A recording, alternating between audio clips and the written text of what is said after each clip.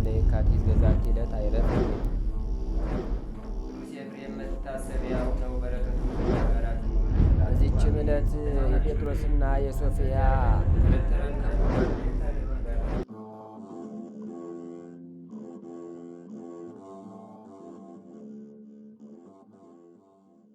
በስመ አብ ወወልድ ወመንፈስ ቅዱስ አሐዱ አምላክ አመሰዱሱ ለየካቲት በዛቲ ዕለት ኮነ ዕርገተ ሥጋው እምባሕር ለቅዱስ አባ ውሊድስ ሊቀ ጳጳሳት ዘሀገረ ሮሜ መምህረ ኩሉ ዓለም።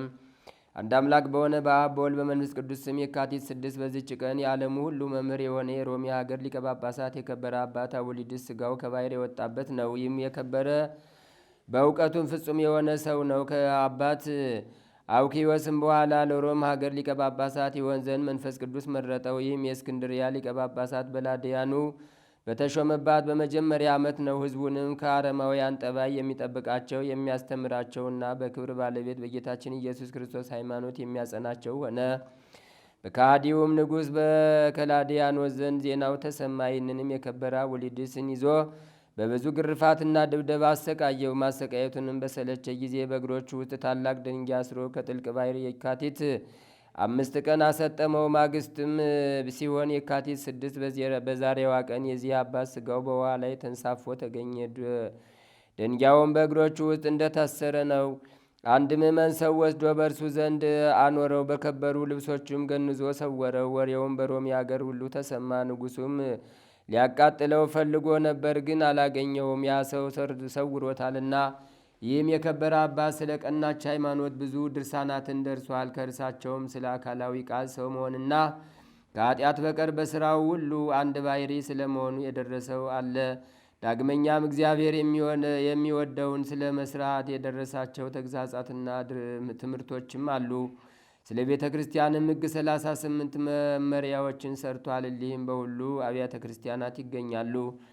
ለእግዚአብሔርም ምስጋና ይሁን። እኛንም በዚህ አባት ጸሎት ይማረን፣ በረከቱም ከእኛ ጋር ትኑር ለዘላለሙ አሜን። ሰላም እብል ዕርገተ ሥጋሁ እምባሕር እንዘ እብን ክቡድ ውስተ ገሪሁ እሱር አቡሊድስ ሊቅ ዘበትውልዱ ማእምር ያምፅ ሊተ በረከተ እምነገር ይዛን ደብር ከመንዋየ ክብር ወብዕል ያመጽ ሐመር። በዚችም ዕለት የከበሩ አቡ ቂርና ዮሐንስ 3 ደናግልም ከእናታቸው ከአትናስያ ጋር በሰማዕትነት ሞቱ። የሊ ስማቸው ቴዎድራ ትርጓሜው የእግዚአብሔር ስጦታ ነው። ሁለተኛዋ ቴዎፍና ትርጓሜው የእግዚአብሔር ሃይማኖት፣ ሶስተኛይቱም ቴዎዶክስያ ትርጓሜውም የእግዚአብሔር ምስጋና፣ የእናታቸውም አትናስያ ትርጓሜው ሕይወት የሆነ ነው።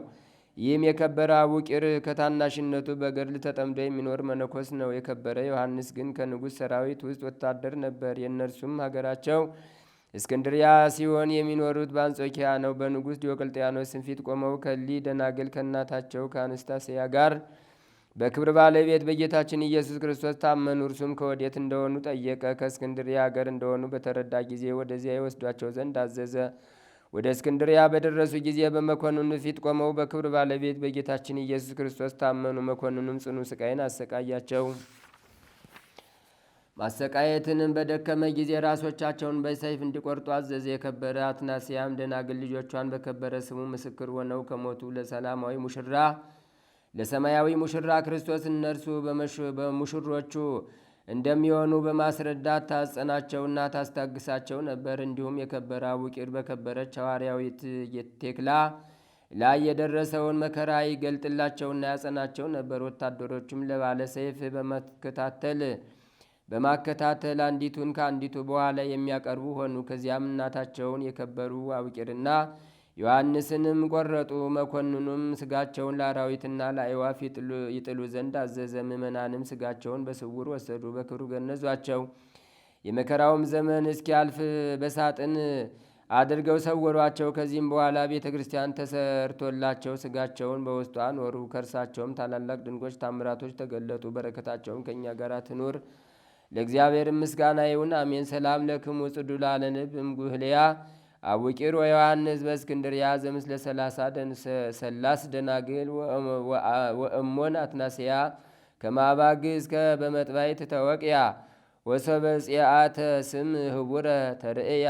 በዚች ቀን ጌታችን ሽቱ ለቀባችው ማርያም የረፍቷ መታሰቢያ ነው። ይህችም ቅድስት አስቀድማ ኑሮዋን በዝሙት ያሳለፈች ኃጢአተኛ ነበረች። እርሷም ጎልማሶችን ወደ እርሷ ትማርካቸው ዘንድ በየራሱ በሆነ ሽልማትና ጌጥ ትሸለም ነበር። በአንዲትም ዕለት እንደ ልማዷ ተሸልማ ጊጣ ሽቱም ተቀብታ ፊቷን በመስታወት ተመለከተች። የጉንጯ ቅላትና ደም ግባቷ የዓይኗም ወገግታና ጥራት ማማሩን አይታ እያደነቀች 1 ሰዓት ያህል ቆየች። ከዚህም በኋላ በጎ ሐሳብ በላዩዋ መጣ። ሞትንና የዚህን ዓለም ማለፍ አሰበች። የክብር ባለቤት ጌታችን ኢየሱስ ክርስቶስ ኃጢአተኞችን እንደሚቀበልና ኃጢአትንም እንደሚያስተሰሪ ሰምታ ገንዘቧን ወስዳ የአልባስጥሮስን ሽቱ ገዝታ በስምዖን ዘለምጽ ቤት ለምሳ ተቀምጦ ሳለ ወደ ጌታችን ሄደች። ከእግሩ በታችም ሰግዳ ያንን ሽቱ ቀባቸው። እግሮቹንም በእንባዋ አጠበችውና በራሷ ጠጉር ወለወለችው። ጌታችንም የፍቅሯን ጽናት አይቶ ኃጢአቷን በደሏን ተወላት። የመንግሥት ወንጌልም በሚሰበክበት ጊዜ ይህን ያደረገችውን እንዲያስቡ አዘዘ። በረከቷም ከእኛ ጋር ይኑር ለእግዚአብሔር ምስጋና ይሁን አሜን። ሰላም ለማርያም በአንባ ዘታሐጽቡ አይጋረ ክርስቶስ ሩስናት ለብርተ ሊባኖስ አምሳለ ላሂቡ ወበንተዝ አዘዝ ዘንዘይል በቃለ ጥበቡ አበተሰብ ከወንጌሌ ለዓለም በመክብቡ ዛቲ ብእሲት ዘገብረት ያንብቡ። አንድ አምላክ በሆነ በአብ በወልድ በመንፈስ ቅዱስ ስም የካቲት 7 በዚች ቀን የእስክንድርያ ሀገር ሊቀ ጳጳሳት የከበረ አባት እለእስክንድሮስ አረፈ። በዚችም ዕለት የእስክንድርያ ሊቀ ጳጳሳት የከበረ አባት ቴዎድሮስ አረፈ። በዚችም ዕለት የከበሩ የአብራቅያ፣ የአባዲር፣ የአባርያኖስ፣ የአብዱልማህ እብሎይን ያረጋጋ የገዳማዊውም የእረፍታቸው መታሰቢያ ነው። በረከታቸውም ከእኛ ጋር ትኑር ለእግዚአብሔር ምስጋና ይገባል አሜን። ዛቅረብኩ ማይሌተ ዘኪረያ ይላፈም ለተጸምዱ ከዘልፈለላ አነብቶ ከብዘንዴቴ መጽሐፈን ተረሰይ ከግዚኦ ጸሪቀ መበለቱ ኩፈ ምላቡላን ዘተርፈ ነቢያት ቅዱሳን ሐዋርያት ሰባክያን ሰማዕት ወጻድቃን ወመላእክት ትጉሃን ደናግል አድኅው መነኮሳት ሄራን ባርኩ ባርኮ ጉባኤ ዛቲ መካን እስከ አረጋዊ ሊቅ ወንዑስ ሕፃን ለዘጸሐፎ በክርታስ ወለዛ ጻፎን ዘየደርስ ወለዛ አንበቦ ወለዘ ተርጎሞ በልሳን አዲስ ወለዘ ሰማ ቃሎ በዝነ መንፈስ በጸሎተ ሙማርያም አራቂተ ኩሉም ባይስ ህቡረ መሐረነ ኢየሱስ ክርስቶስ ተአምሪሃ ለብጽሕት ቅድስት አርሴማ ጸሎታ ወረከታ ያህሉ ምስለ ኩልነ ህዝበ ክርስቲያን ለዓለም ዓለም አሜን። የብጽሕት ቅድስት አርሴማ ተአምሪህ ነው። ጸሎቷና በረከቷ አማላጅነቷ ከሁላችን ከህዝበ ክርስቲያን ጋር ይኑር ለዘላለሙ አሜን። በሮም አገር ስራው መልካም ሃይማኖቱም የቀና የብጽሕት ቅድስት አርሴማ ደብር መምህር የሆነ አንድ መነኩሴ ነበር። በጾምና በጸሎት በስግደትም ይኖር ነበር። ከአፉም የብጽሕት ቅድስት አርሴማ የገድሏን መታሰቢያና የቸርነቷን ዜና አያቋርጥም ነበር። በየጊዜውም የገዳማውያን የመነኮሳቱንም ስርዓት ከፍ ከፍ ማድረግን ይወድ ነበር። የልቡንም ምኞት ይህ ነበርና ዳግመኛም በታላላቅ ገዳማት ውስጥ የተሸሸጉትን የገድሏን መጻሕፍት ይሰበስብ ነበረ። ከአረብኛ ወደ ግዕዝ ወደ ሌሎችም ቋንቋዎች ይተረጉም ነበር። ስለዚህም ነገር በገዳሟ ጎረቤቶች የሚኖር የቤተ ክርስቲያን ገንዘብ የለመዱ የገዳሟን እንጨቶች የሚቆርጡና ለምለም ሳሯን የሚያጭዱ ሰዎች ሁሉ የከብቶቻቸውን መሰማሪያ ትሆን ዘንድ የቀደሙት አባቶች ይህችን ሀገር ሰጡን በማለት ጠሉት። የወደድነውን እንሾም የጠላነውንም እንሽር ዘንድ በእርሷ ላይ መብት አለን። ያዘንና ያስተዳድረን ዘንድ የሚችል የለም። በሕጋችንና በሥርዓታችን የሚያዝ ማን ነው? በማለት እርሱን በገዳሙ ማኅበር ሕግ ይከራከሩት ነበር። ያን ጊዜም በእርሱ ላይ እንቅፋት ይፈልጉ ዘንድ ተማከሩ። በአንዲት ችግረኛ ሴት ላይም ምክንያት አደረጉ። ይህንንም መነኩሴ በዝሙት ሥራ ወደ እኔ ከእርሱ ጸነስኩ በማለት ብትጥዩ እኛ ብዙ ብርና ወርቅ እንሰጥሻለን አሏት። ያን ጊዜም ወርቅና ብርን በመስጠት አስጨነቋት። ይህን መነኩሴ በዚሁ ሥራ አሳፈርነው። በዘመናችን ሁሉ ሰዎች አደነቁ፣ ፈጥነውም አነሱት። የሥጋውን መልክ በመታጠቢያ ቤት የታጠበ መሰለ።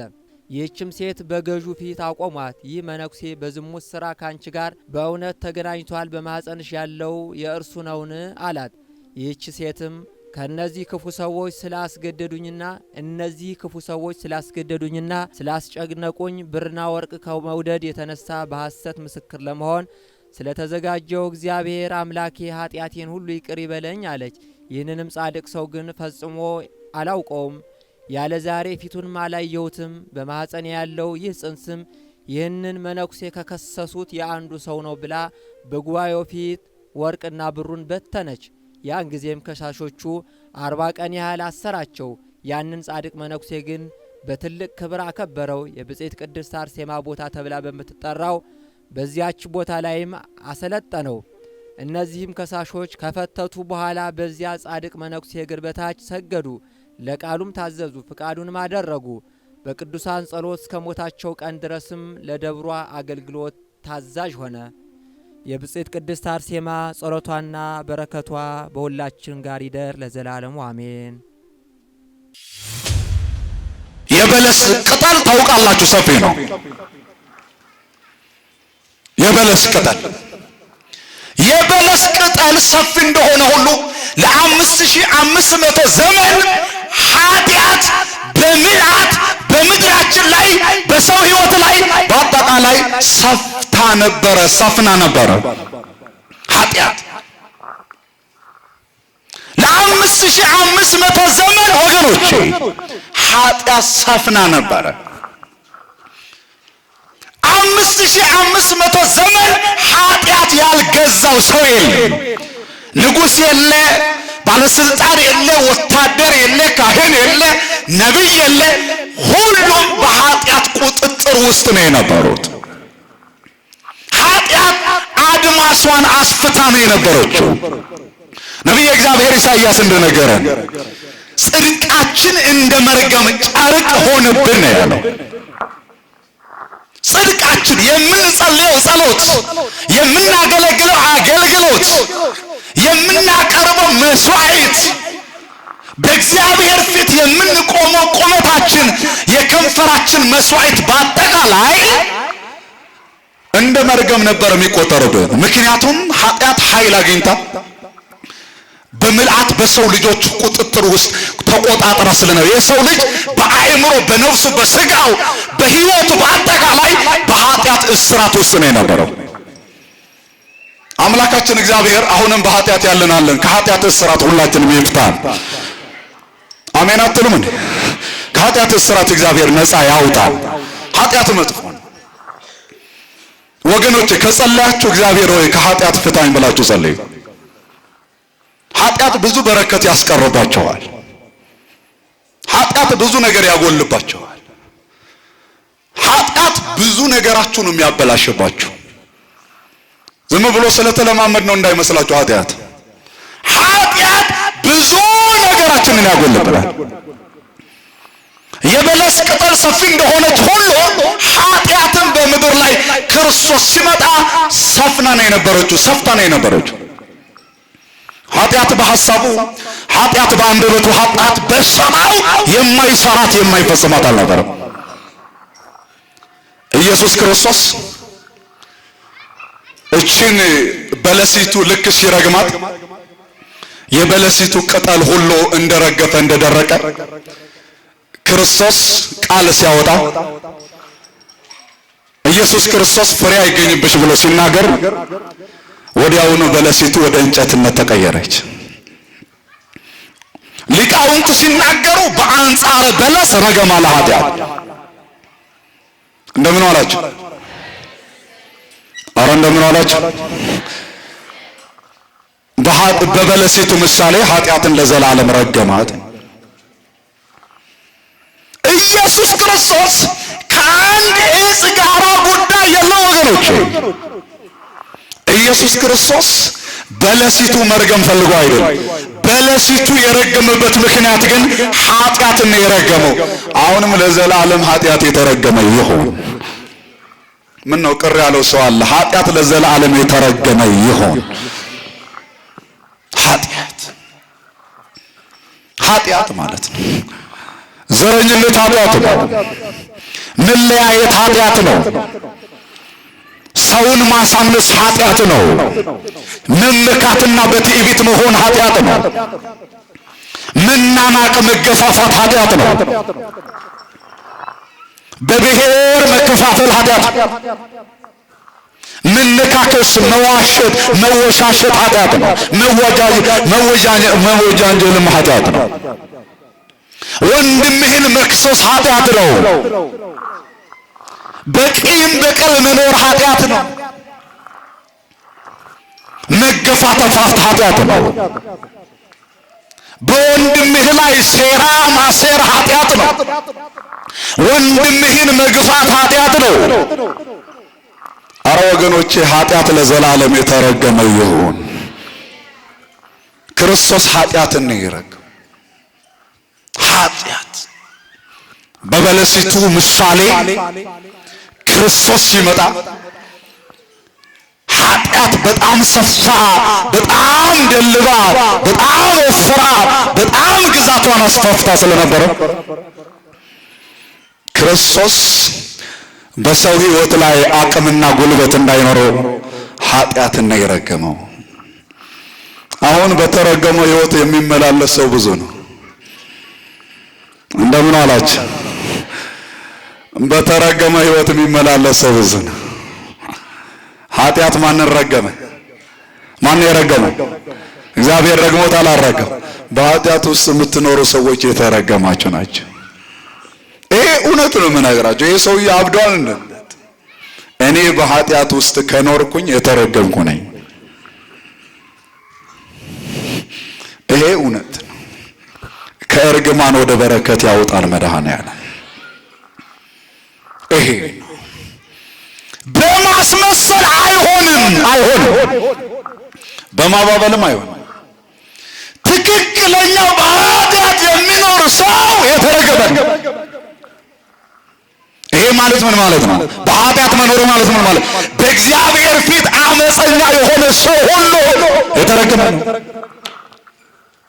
በንስሐ የማይመለስ የእግዚአብሔር ይቅርታ ፈልጎ የማይመለስ የእግዚአብሔር ምሕረት ፈልጎ የማይመለስ የእግዚአብሔር ይቅርታን ፈልጎ እንባውን እያፈሰሰ ደረቱን እየደቃ እኔን ኃጢአተኛውን ማረኝ እያለ እግዚአብሔር ጋር ለመታረቅ የማይመለስ ሁሉ የተረገመ ነው። የተረገመ ነው። የሐዲስ ኪዳን ወንጌል የምስራች ቢሆንም የምስራቹ ግን የምንነግራችሁ እውነቱን ብቻ ነው። እናንተ ጥሩዎቹ ናችሁ፣ መልካም ናችሁ ብንላችሁ አይጠቅማችሁም። ግን ወደ ተረገመ ሕይወት እንዳትገቡ ራሳችሁን ጠብቁ። ኢየሱስ ክርስቶስ በለሲቱ ልክ ሲረግማት ወዲያውኑ ደረቀች። ደቀ መዛሙርቱ ተገረሙ፣ ተደነቁ። ትምህርታችንን በዚህ ሐሳብ ነው የምናጠቃለው። ኢየሱስ ክርስቶስ ቃል ከአፉ ሲወጣ ኢየሱስ ክርስቶስ በለሲቱ ሲረግማት በለሲቱ ስትደርቅ ደቀ መዛሙርቱ ተደነቁ፣ ተገረሙ። አሁን ለምለም፣ አሁን ደረቅ፣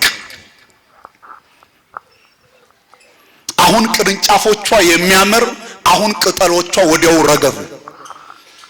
እንዴት አይነት የሚያስገርም ተአምር ነው አሉ። እንዴት ይገርማል አሉ።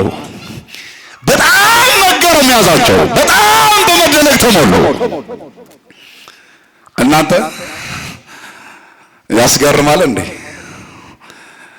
ለክርስቶስ እኮ በጣም ትንሹ ተአምር ይሄ ነው። በጣም ትንሹ ተአምር። አንዳንዶቻችን በጥቃቅን ተአምራት የምንገረምና የምንደነቃለን። ወገኖቼ ክርስቶስ እኮ ከዚህ በላይ የሆነውን ተአምር አድርጓል። በድንግልና እኮ ተጸንሶ በድንግልና ተወልዷል። ክብር ምስጋና ለስሙ ይሁን። አረሱ አላወቅነው አልቀመስነው እንጂ ኤልሻዳይ ነው እሱ። የሚሳነው አንዳች ነገር የለም ወገኖቼ። በጥቃቅን ነገር የምንደነቅ ሰዎች ወገኖቼ ክርስቶስን በጥልቀት ስለማናውቀው ነው። በጣም ቅርብ ነው፣ በጣም ተጠግተ ነው፣ በጣም ልባችን በሱ ታምነው ስላልቀረብ ነው። እሱማ ያስገርማል፣ ድንቅ ነው እሱ።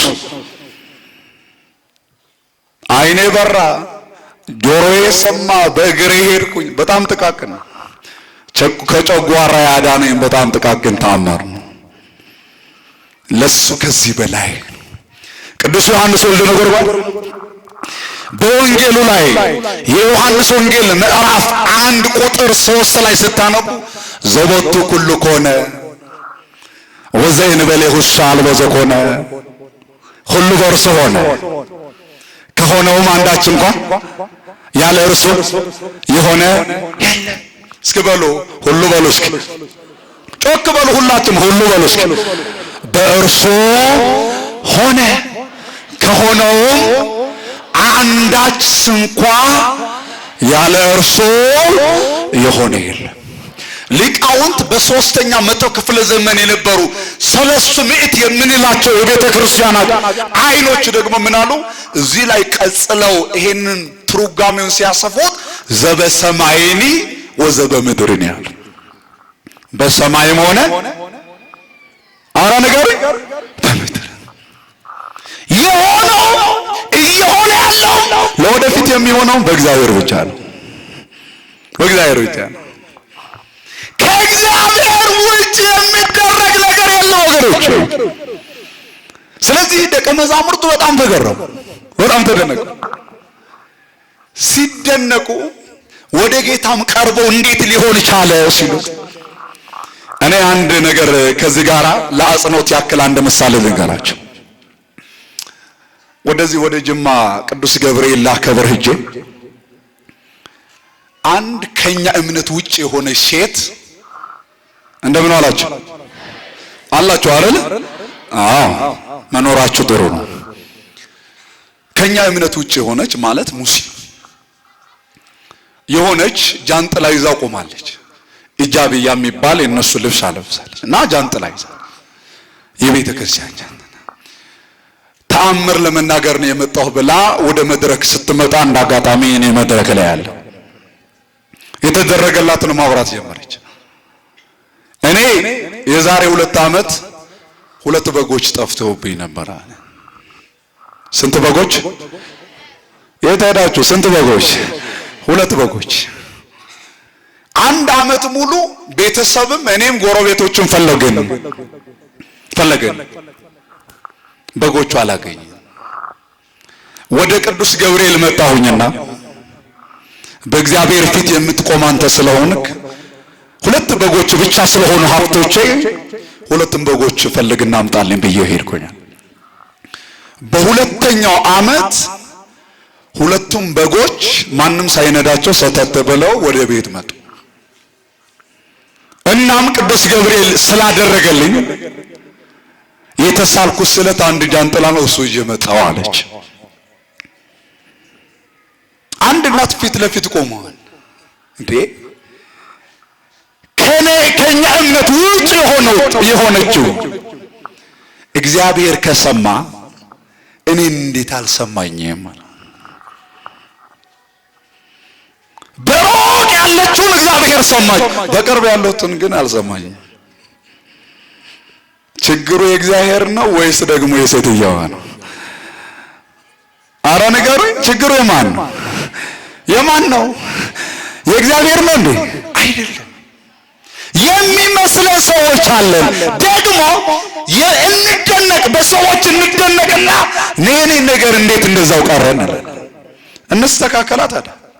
እናስተካክል ራሳችን። እግዚአብሔር ይሰማል። ማን ይሰማል? ጮክ ብላችሁ መልሱልኝ። ማን ይሰማል? ማን ያያል? ማን ይሰማል? እግዚአብሔር። እስመ አዕይንቱ ለእግዚአብሔር ሀበ ጻድቃኖ ወእዝኑ ሀበ ስእለቶሙ። የእግዚአብሔር አይኖቹ ወደ ወዳጆቹ፣ ጆሮቹ ደግሞ የወዳጆቹን ጩኸት ይሰማሉ ይላል ቃሉ። አረ ይሰማል እግዚአብሔር። ነቢዩ ኢሳይያስ ምን እንዳለ ታውቃላችሁ? የእግዚአብሔር እጅ ከማዳን አላጠረችም፣ ጆሮም ከመስማት አልደነቆረችም። ነገር ግን በደላችሁ በእሱና በእናንተ መካከል ሆኖ ከለከለችዋል። ሰማነውን በልቡናችን ይጻፍብን፣ ከቅዱሳን በረከት ረድኤት ያሳትፈን። አቡነ ዘበሰማያት ይትቀደስ ስምከ ትምጻእ መንግሥትከ ወይኩን ፈቃድከ በከመ በሰማይ ከማሁ በምድር ሲሳየነ ዘለለ ዕለትነ ሀበነ ዮም ወኅድግ ለነ አበሳነ ወጌጋየነ ከመ ንሕነኒ ንኅድግ ለዘአበሰ ለነ ኢታብአነ እግዚኦ ውስተ መንሱት አላ አድኅነነ ወባልሐነ እምኩሉ እኩይ እስመ ዚአከ ይእቲ መንግሥት ኃይል ወስብሐት ለዓለመ ዓለም። በሰላመ ቅዱስ ገብርኤል መልአከ ወእግዝእትየ ማርያም ሰላም ለኪ ድንግል በኅሊናኪ ወድንግል በሥጋኪም እግዚአብሔር ጸባዖት ሰላም ለኪ ብሩክት አንቲ እምአንስት ወብሩክ ፍሬ ከርስኪ ተፈሲ ፍስሕቶ ምልዕተ ጸጋ እግዚአብሔር ምስሌኪ ሰአሊ ወጸልይ ምህረተ ሀበ ፍቁር ወልድኪ ኢየሱስ ክርስቶስ ከመ ይስራኤለነ ኃጣውኢነ ተማኅፀነ ብኪ ኦ እግዚእ ኢየሱስ ክርስቶስ ስረይ ኃጢአትየ ወኃጢአተ ኩሉ ሕዝብ ከማይሠራ ኃጢአት እግዚአብሔር ይፍታ። ንቁ ሚዲያ ለተመልካቾቹ ከሚያደርሳቸው ዕለታዊ ሳምንታዊና ወርሃዊ ዝግጅቶች መካከል የየዕለቱን ስንክሳር ወርሃዊና ዓመታዊ የቅዱሳን ገላትና ድርሳናትን በኢትዮ ማህበር የዩቲዩብ ቻናል ያቀርባል። የየዕለቱን ስንክሳር ባሉበት ሆነው በማድመጥ እንዲሁም ወርሃዊና ዓመታዊ የቅዱሳንን ዜና ሕይወታቸውን በማድመጥ ከቅዱሳኑ በረከትና ረድኤት እንዲያገኙ ንቁ ሚዲያ የሁል ጊዜ ምኞቱ ነው። በየዕለቱ የሚለቀቁ ዜና ቅዱሳንን ላይክ፣ ሼር እና ሰብስክራይብ በማድረግ አገልግሎቱን ይደግፉ። ንቁ ሚዲያ ርቱ የቤተ ክርስቲያን ልሳን